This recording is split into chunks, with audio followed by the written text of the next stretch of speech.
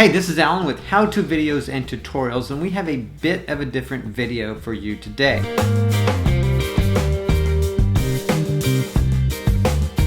So you want to build a house?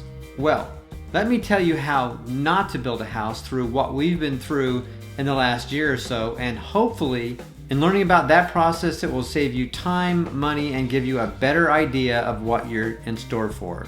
Now this is mainly for people who are building a custom home and they're not going directly to a builder where you're going to pick out maybe one of say 6 to 10 different models and everything is pretty much set up for you. Nothing wrong with building a home like that, but in those cases everything is pretty well planned out for you and the prices are all pretty well set, so there's not a lot that can go wrong there. This video is for people who are going to employ the services of an architect or a designer and want to have a custom home built. Now first of all, it's absolutely critical that you go into this process understanding very well what you want before you start talking to your builder and your architect, because it's going to end up costing you a lot more money working with a professional architect if you have no idea what you want or a very small idea of what you want from the get-go. So do your research and figure out and get a good idea of what you want initially to start with. And the most critical thing that you need to know about is finding a builder and an architect that you can work with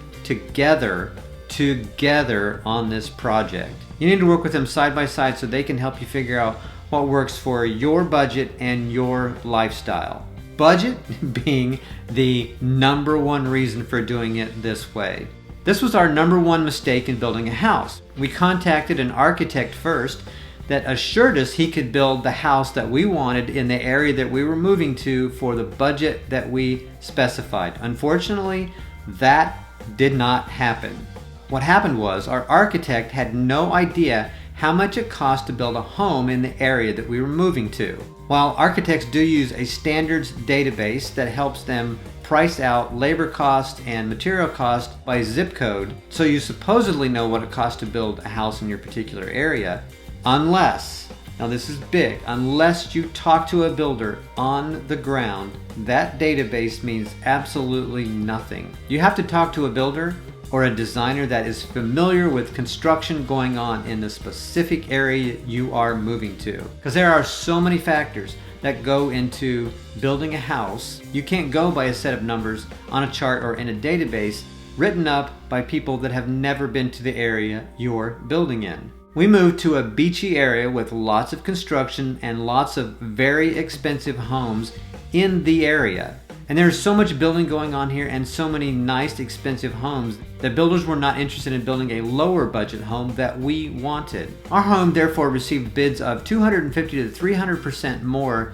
than what our budget was and what we specified to our architect. No, it wasn't just 20 or 30% off, it was 300% or more off, which translates into a $130,000 home, not counting land that we had budgeted for.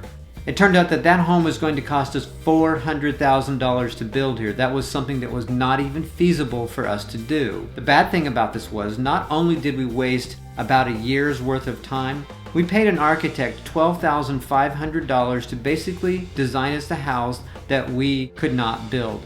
He essentially did nothing for us because he gave us a home design that was never going to be built on our lot. So some of the things that you can do to avoid this happening to you and also will save you a ton of money are, number one, embrace the process of building a house. There are many steps and many decisions that need to be made along the way. Research, talk to several knowledgeable people, and study how to build a house so you fully understand what you're getting ready to embark upon. Number two, consider working with a draftsman because they will end up charging you about 90% less than an architect will. You may not get as much attention to detail, but we thought we were getting a lot of attention to detail. Unfortunately, the main detail missed was actually what it was going to cost to build our home in our area. And it turned out that our architect had no idea how much that would cost. So using a draftsperson in more ways than one can save you thousands to tens of thousands of dollars. Number three, if you must work with an architect, make sure you have a builder in mind first who can communicate to your architect the exact cost to build your home in the area you're going to be living in. Number 4, when first contacting a builder, ask them if they have architects or designers that they specifically work with or recommend. Number 5, if your architect and builder live far away from each other like ours did, make sure you get an initial set of plans early in the process that you can send to your builder so they can assure you how much it's going to cost before you spend any more money, tens of thousands of dollars in some cases, for plans that you can't use. Number 6, it is inevitable that there will be delays and additional costs that you had not anticipated. Get used to the fact that deadlines will not be met, that people will not do what they say they're going to do when they say they're going to do it, and there will most certainly be things that you have to pay for that you had just not anticipated. Being flexible is the key to not letting this process drive you crazy.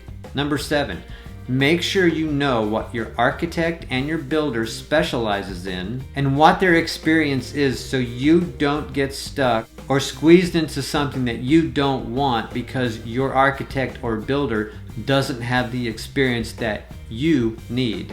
Number 8, if and only if you understand the process very well, you can consider going what's called owner-builder and building the home yourself. But likely, you will not get the same discounts that your builder will get on materials and labor, and you also will not have as much authority with the subcontractors you will be working with. There are pros and cons to building your own house. You may be able to save some money, but also the fee that you pay your builder to construct your home and do a multitude of things for you may actually save you money and a lot of aggravation in the long run. There are many more factors involving how to build a home, but these are the things that may save you some money and quite a bit of sanity by the time the process of building your home is finished.